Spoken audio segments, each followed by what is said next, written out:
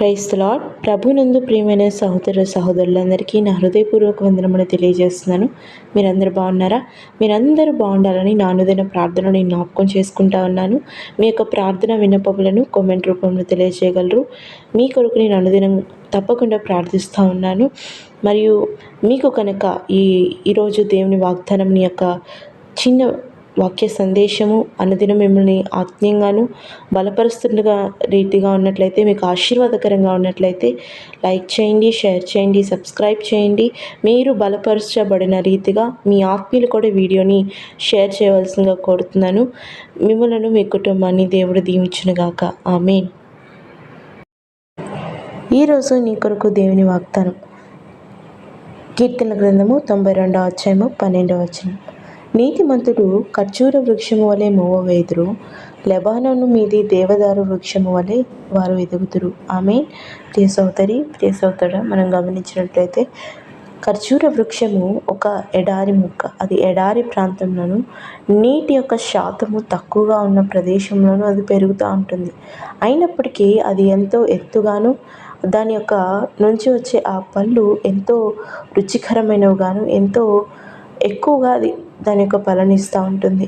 అది ఎలా అయితే ఎదుగుతుందో, ఎలాగైతే దాన్ని ఫలభరితంగా దాని యొక్క జీవితకాలంలో ఉంటుందో, అదే విధంగా నీతిమంతులు కూడా దేవుని యొక్క ఆజ్ఞల పట్ల విధేయత కలిగి నడుచుకునేవారు, విశ్వాసం కలిగి నడుచుకునే వారి యొక్క జీవితం కూడా అలాగే ఉంటుందని దేవుని ఈరోజు నీతో వాగ్దానం ద్వారా మాట్లాడుతున్నాడు. అవును ప్రియ సోదరి, ప్రియ సోదరుడా, నీ జీవితం కూడా ఖర్జూర వృక్షము వలె నీ దగ్గర ఉన్న అవకాశాలు, నీ దగ్గర ఉన్న ఆ యొక్క ఏదైతే ఉన్నాయో అవి తక్కువ అవకాశాలు ఉన్నప్పటికీ నువ్వు పైకి ఎదగాలి, పైకి నేను ఉన్నతమైన స్థాయికి వెళ్ళాలి, ఆశీర్వదించబడాలి అనుకుంటే నీతిమంతులుగా నువ్వు జీవించాలి.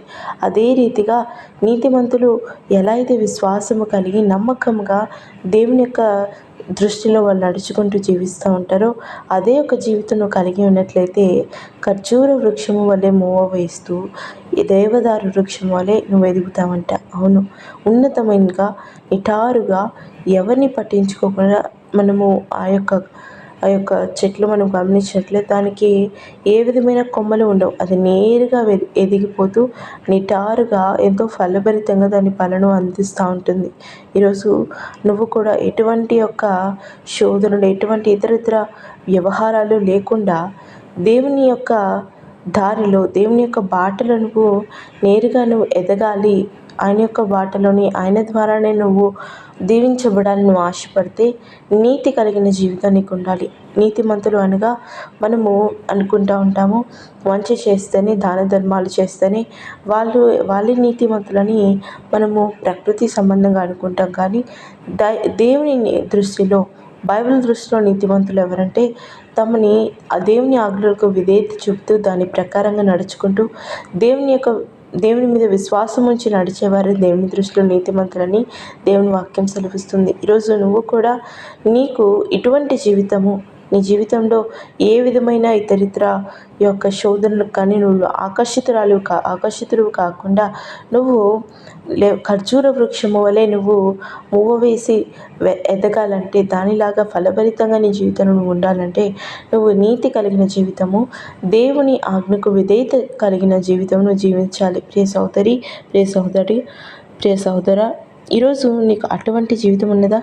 అటువంటి యొక్క జీవన శైలి నీకు ఉన్నదా? ఒకవేళ నువ్వు దేవుని దృష్టిలో నువ్వు నీతిమంతులుగా తీర్చబడాలి, నీతిమంతులుగా నువ్వు ఉన్న వ్యక్తివైతే నీ జీవితం కూడా దేవుడు ఇలాగే మార్చబోతున్నాడు. దేవుడు నీ జీవితాన్ని కూడా ఇలాగే దీవించబోతున్నాడు. ఈరోజు ప్రియ సోదరి, ప్రియ సోదరుడా, నువ్వు నీతి కలిగి, దేవుని యందు విశ్వాసము కలిగి, దేవుని యందు నమ్మకంతో, దేవుడు మనకిచ్చిన ఆజ్ఞలు నమ్మకముగా దానికి విధేయత చెప్తూ దాని ప్రకారంగా నడుచుకుంటూ, ఏది చేయమన్నాడో అది చేస్తూ, ఏది చేయకూడదన్నది చేయకుండా ఆయన యందు విశ్వాసం కలిగి మనం నడుచుకున్నట్లయితే ఖర్జూర వృక్షము వలె, దేవదారు వృక్షం వలె మనము ఫలభరితమైన జీవితాన్ని, ఉన్నతమైన జీవితాన్ని మనం కలిగి ఉంటాం. ఈరోజు నువ్వు, నేను, మనమందరం కూడా అటువంటి జీవితాన్ని కలిగి ఉందుముగాక. ఈరోజు మనమందరి జీవితాన్ని దేవుడు అలా మార్చునుగాక. ఆమేన్. అవును అన్నట్లయితే నాతో పాటు ప్రార్థనలో ఏకీభవించు.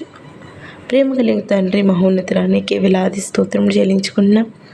అయా బిడ్డలతో ఇప్పటి వరకు మీరు మాట్లాడిన రీతిని బట్టి వేలాది స్తోత్రం చెల్లించుకున్నాం.